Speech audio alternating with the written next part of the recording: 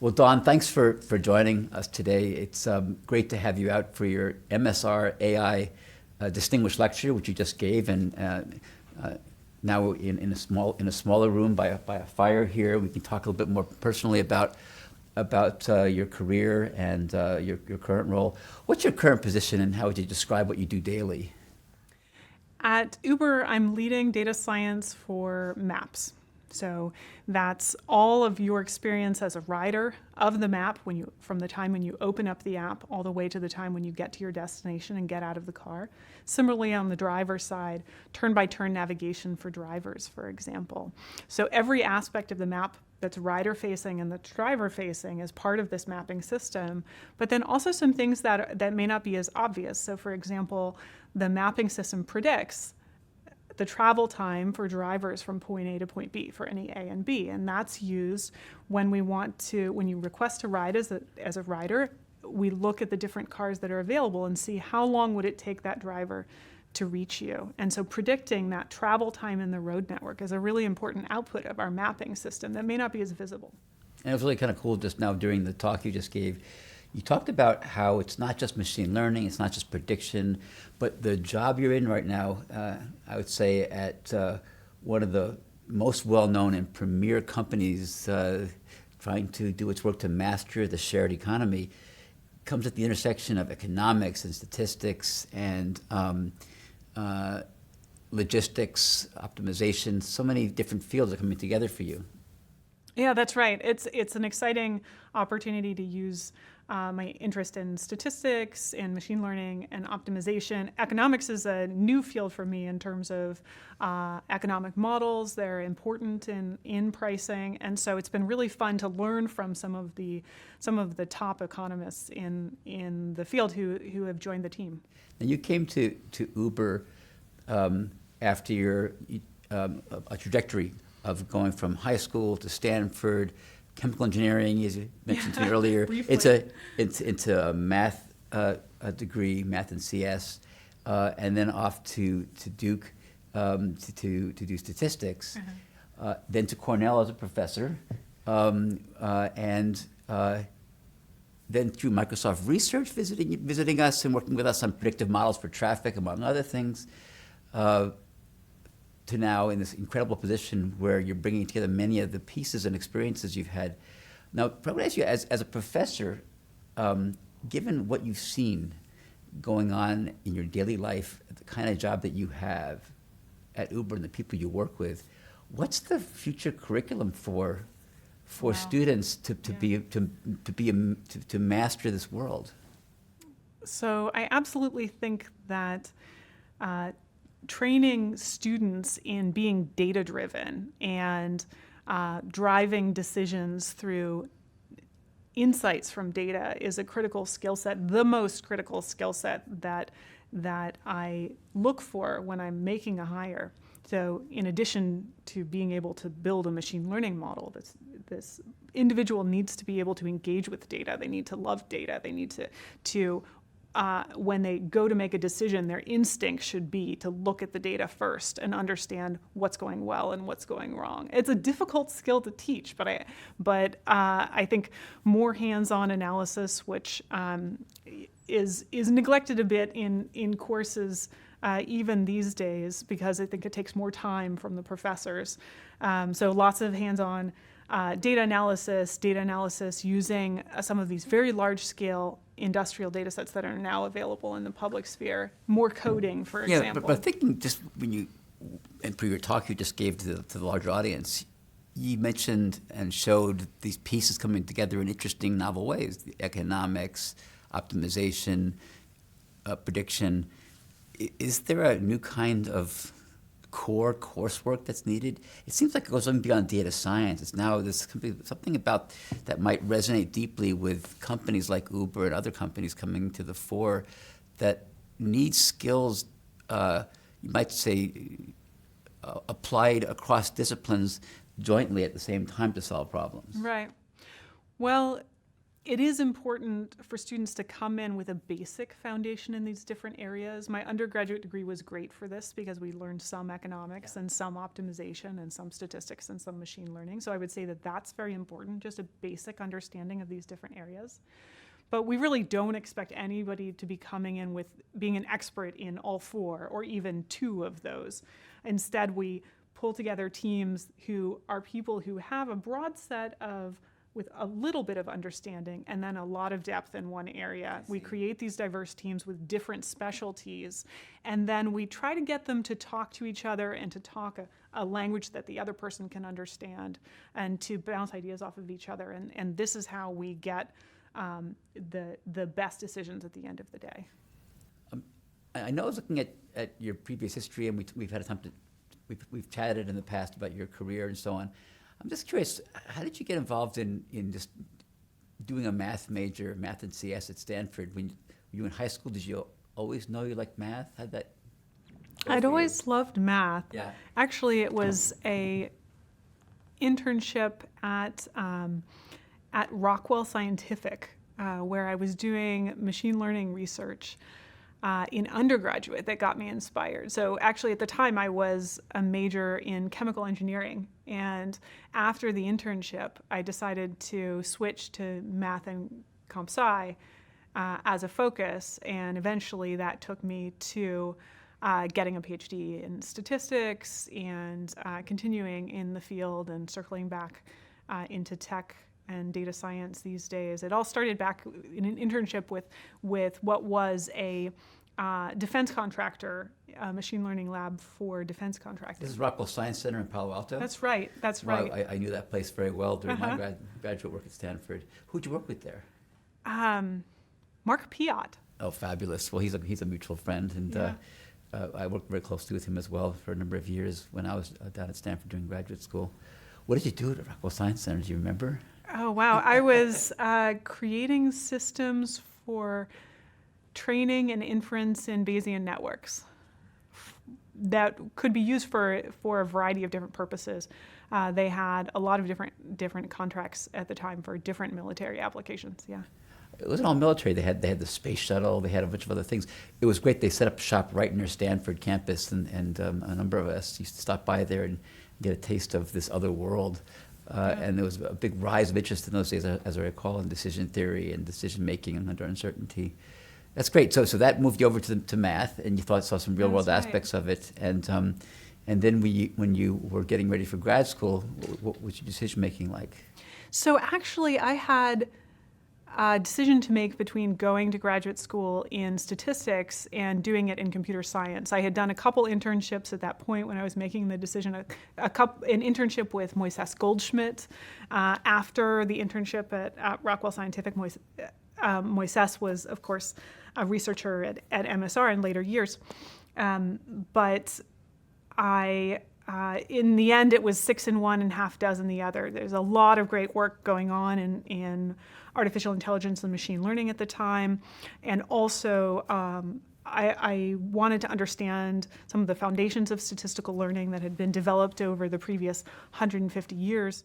So I ultimately decided to get a statistics PhD. It's great. The foundations. Yeah, absolutely. It's important to understand that. I think sometimes in machine learning, we reinvent some of the concepts that were learned early on, but it's also true that the machine learning field has done, I would say, a much better job of being ambitious in terms of its problem choice. I think statistics is a little bit more conservative as a community and wants to really ground the assumptions that statisticians are making in their models, and make sure that they want to be really careful about the assumptions, whereas machine learning researchers are often more ambitious about the difficulty Right. and complexity of the problems they tackle. So we both have, the statistics community and the machine learning community really have a lot to teach each Right. other. Well, it comes down to choice of problems, aesthetics, but it really is all statistics, as we know. I'm glad you feel that way. Well, I think it's true. So this area that you're in now, so you just want to jump into Uber, because I think it's a really interesting topic area. This whole idea of the sharing economy and scale and the ability to collect all this data, most hopefully, which is anonymized typically, but still the opportunity to do optimization and prediction. It's such an exciting world. I want to hear your sense for this, jumping into the Uber world from your university position. Right. Well, the most amazing thing what is being able to go from an idea to deployment of that idea in a couple of months. And so getting really fast feedback about how well an idea works in practice at very large scale. Of course, in academia, you have much more time to develop the algorithms and to go very, very in depth on a particular problem space, but the time scales for deployment and getting feedback about how well your systems are working are much longer. So that was very exciting for me coming into tech. And of course, since I'm leading a team, those individuals are working across a variety of different spaces within Maps and Marketplace at Uber, and each of those individuals is developing and deploying algorithms. And so just to see us move as a team so quickly and to learn from that and to understand what types of algorithms work well in particular situations is really exciting. It's expansive too, because as I mentioned in the talk, we pull algorithms from a variety of different areas: economic models, optimization models, statistics, and machine learning. And for example, if you look at the pricing space, there's literature on pricing, both coming from the optimization literature and coming from the economic literature. And so we hired some economists and hired some people from operations research, and we put them on the same team, and people were just coming up with ideas and trying them and seeing what worked best, of course, with safeguards in place. But I'm really thinking right now about how lucky Uber is to have someone like you, because I've looked at your work over the years, and it's like, wow, she's been working on optimizing where ambulances sit in a city to minimize their time to transport potential accidents to the right hospitals, using prediction times and urgencies of various kinds. Kind of an interesting, important societal project. You wouldn't think it's mainstream necessarily. It's very important. And all of a sudden, you're in this new world. You're doing that work before Uber even existed, right? And here you are, someone's looking at your resume saying, oh my God, this is what we need for Uber. Yeah. Something very related. So it's interesting. Is incredibly closely related. There's challenges around in the ambulance context. You describe that problem a little bit. Sure. So one of the problems that I worked on at Cornell was about optimization of location and relocation for ambulance algorithms. So if you have 10 ambulances in a city at a given time, where should you locate them so that they can maximize the probability of reaching a potential emergency in time, okay? Meaning before the person has severe detrimental health impact. So there's some sophisticated optimization algorithms for ambulances for these location problems, and that requires inputs, which is the prediction of where and when these emergencies are going to take place. And you can see the direct parallels with the ride-sharing context, in which you have these drivers in the road network. You have instances of demand where riders want to be transported from one location to another. The ride-hailing context is more complicated than the ambulance context, not only because of the scale, and I think at one point I calculated the difference in scale, the 10 to the 4 factor. That's good news for that's good news for injuries. Yes, good news for injuries. But also the fact that drivers, of course, have the ability to decide where and when they want to drive, which is different from the ambulance context, in which we can ask, we can tell to the ambulance drivers where to locate. It's interesting. If I open up my Uber app and I see a Red Cross Uber emergency, I'll know where that idea came from in the future. Just kidding about that. So what's the most surprising thing that you've noted in your career at Uber? What's come up that's kind of you didn't expect, or interesting or surprising about the role? Surprising thing about the role. Yeah, that's interesting. Well, when I came to Uber, I didn't expect to be leading a large team, actually. That was a bit of a surprise, and How did that happen? definitely a change. You showed up? I was planning on doing an individual contributor role on the team, and I was talking to Travis, the CEO at the time, and it turned out that there was a need for a broader management role. And he asked me, and if there's one principle in my career, it's if somebody asks you to do something that you think is far beyond your capabilities, say yes anyway.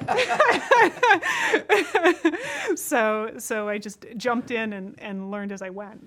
That's probably a really good heuristic, except if it gets too administrative, you want to say no quickly and figure out what level you want to be at an organization. It's interesting to think about this. Do you see yourself staying in industry for a while, or heading back to academia? How's that? How will you weigh that decision over time, do you think? So I don't want an exact answer right now, but how will you, let's talk about process. Yeah. I really love what I'm doing right now. I love the impact. I love the immediacy of the impact. I really enjoy the teams that I'm working with and the ability to hire this incredible talent in economics and optimization and to be able to learn from these people. So I love what I'm doing. I don't have any plans to go back to academia in the near future. Maybe way down the line. Those unfortunate Cornell students who won't have you as their teacher and mentor. Interesting. Do you have reflections about your time at Microsoft Research? You were here for a year and here before that as well. You worked on some pretty wild things. You worked on data center forecasting crises in data centers. Do you any reflections about that work? About the data center work? Yeah, that's interesting. Yeah, I would have loved to have seen how well it worked in practice.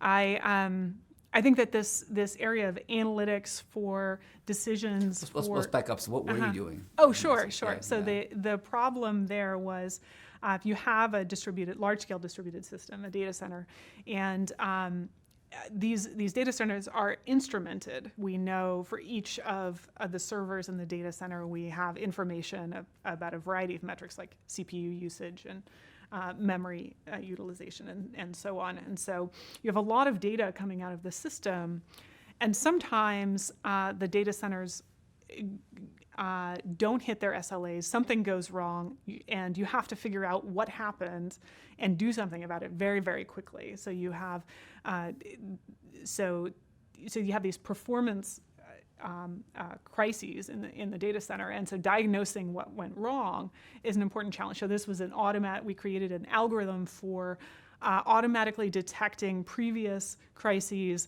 that looked very similar to what's going on right now. And if you had gone back and diagnosed exactly what the cause of that previous crisis was, then you know what's going on right now, and you can do that in a matter of minutes and then decide what the appropriate intervention is.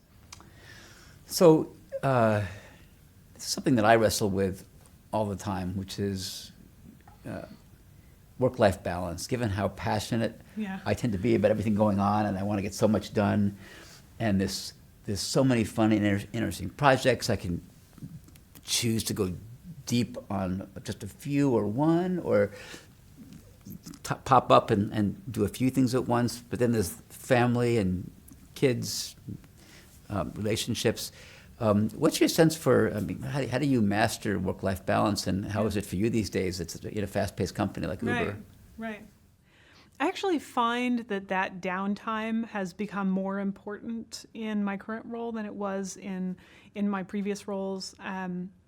So the experience of management is so much around being in the right headspace when you're interacting with that person, so much around inspiring people, engaging people, helping people to thrive. And so the time that I spend with my friends and with my family is incredibly important to being in that right headspace. So actually, I've moved to a much more balanced approach since coming to Uber, and I think it's really benefited my management. But it sounds like it's very mindful as opposed to organic. You actually have a planful approach to that. I think that's what you're saying. Yeah, it's probably something I need to take some advice from you about this sometimes. Yeah. Right. Well, it's so important to be in a positive headspace whenever we're having critical Yeah. and difficult conversations in some cases, right? And so you have to build up this reservoir of that positivity, and it's also interesting that in other aspects of life, I think I learn lessons and bring them back to my work. At one point, I had a hobby. I was playing electric bass, and I felt like some of the things that I learned. I had no idea. That was a long time With ago. that, why bass? Why electric bass? I just love it. It sounds amazing. And besides, everybody needs a bassist. They don't necessarily need it. Everybody wants to play the guitar. Everybody wants to play the drums. Not that many people want to play the bass. I'm asking you because I Everybody love needs the a bass too, and that was one of my dreams, is taking up time to learn the bass. So it's kind of Oh, funny. really? That's why I asked you that Incredible. question. Yeah. So But there's a kind of there's things that I learned from playing the bass that I've taken back to, was this in a band? to how I interact. Were you actually in a Oh band, or my just- gosh, this is a long story. I don't know. How about the high level version of it? Okay, I did briefly play in a church band in North Carolina. Yeah. Oh my that's God, right, that that's sounds like serious bass duty. right. It was a lot of fun. But Wow. there was a lesson there that I learned around what's called staying in the pocket. Okay, and so as a musician and as playing the bass, it's really important to be consistent and to be steady and to always be that person that people can rely on. You don't go and play some crazy bass line in the middle of a song. That's not your job, right? So that's called staying in the pocket. And that lesson is so important in life and in work, I think, staying in the pocket. So just being incredibly mindful of what is my role in this particular interaction, and not going outside of that.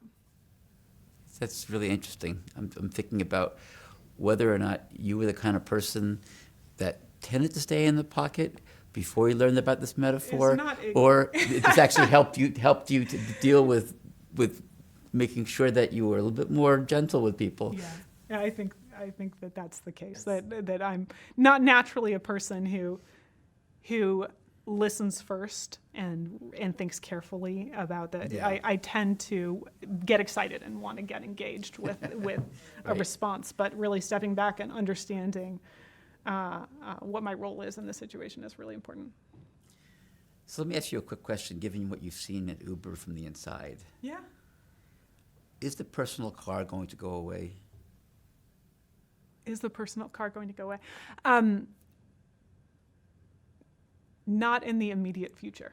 Let's go 15, 20 years Okay, out. 15 and 20 years out. I think that's definitely the vision. I think it's, and you already start seeing this where in the high density urban cores, people are deciding to rely heavily on a combination of ride-hailing services, the bike share services, and public transit. Now that all these options are available, people in urban cores at least are much more than previously deciding not to buy that car.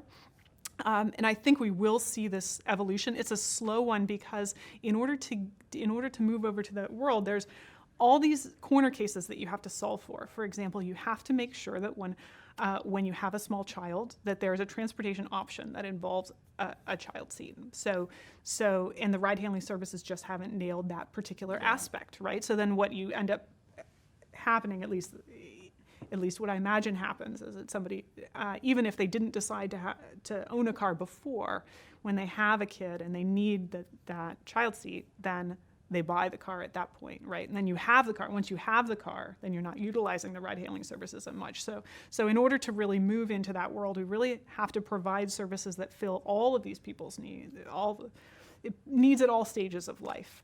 And also to really leverage these multimodal transit, that combination, in order to create a really price-effective solution. We're looking towards the combination, not just of vehicular transport, motor vehicle transport, but also the combination with bike sharing and with facilitating connection to public transit and so on. I have to say that one of my long-term predictions that I've made about the future of technology is that within 20 years, at least one major city will close some significant part of inner core to human-driven vehicles. and it'll just be all public microtransit, very high speed, coordinated transit. Right. That will then become a demonstration for the rest of the world. So I've just had that reflection that I can see that coming. That's interesting. But don't you think it will be a combination of companies providing services and centralized infrastructure? Yeah, I'm not sure. It could be one company or a city that just invests in public microtransit. I use that phrase. These 3-door special little pod vehicles that just come and go really quickly, that are interleaving, no traffic lights because they're all coordinated in an inner city. And if you need to drive in as a human being, you'll get a permit and you get a little special beacon on your car, and all the cars will part as you come driving in with your human-driven vehicle. Yeah. But we'll see how the future goes. I mean, do you have any other kind of predictions you might want to make about the shared economy and optimization, logistics, economics coming together, even beyond transportation? Beyond transportation? Well, I've thought a lot about the transportation space. We'll stay there then. Yeah, sure. I think there's these interacting revolutions going on in transportation. And one way of summarizing this is the acronym ACEs. So automation, like automated vehicles, connectivity, so the vehicles talking to each other and to the network, electrification, and sharing. And that if you look at the efficiency of ownership of a private car, when individuals own a private car, on average, they're only using that car a couple percentage of the time, 2-3% of the time. And so extremely inefficient use of the vehicle, and there's a lot of resources that go into creating that vehicle. And if you look at utilization of the roadways, that's also quite low because the traffic congestion patterns cause inefficiencies, like the waves in traffic cause inefficiencies. And so if you look at these 4 revolutions in transportation, they really build on one another and together could create a much more efficient picture. So, for example, the connectivity could help with these waves in traffic that you see. If the cars are both automated and connected, then that means that you could have the closer spacing between the cars, like you were talking about, and you could avoid these waves in traffic. The waves in traffic are caused by human behavior. So you seem like such an inspired person. Who are the mentors in your life? Who's inspired you? Yeah. Well, I would call out 2 particular people. One is that I mentioned before. There was Moises Goldschmidt has helped me throughout my career. So as a professional mentor, he's been incredibly important. I think I've counted up the number of jobs that he's gotten me at various times. I think he's gotten me 3 different jobs and 6 job offers or something. He's a good friend. Call out to Moises Goldschmidt. Yeah, absolutely. But if we look on the personal side, I would say that my mom is an incredible inspiration. She was way ahead of her time because she got her PhD at Stanford in demography in the late 1960s. Wow. She was one of the few women who was doing that at the time, and the attitudes towards women in academia were totally different at that point. So she was interested in going into an academic career afterwards. She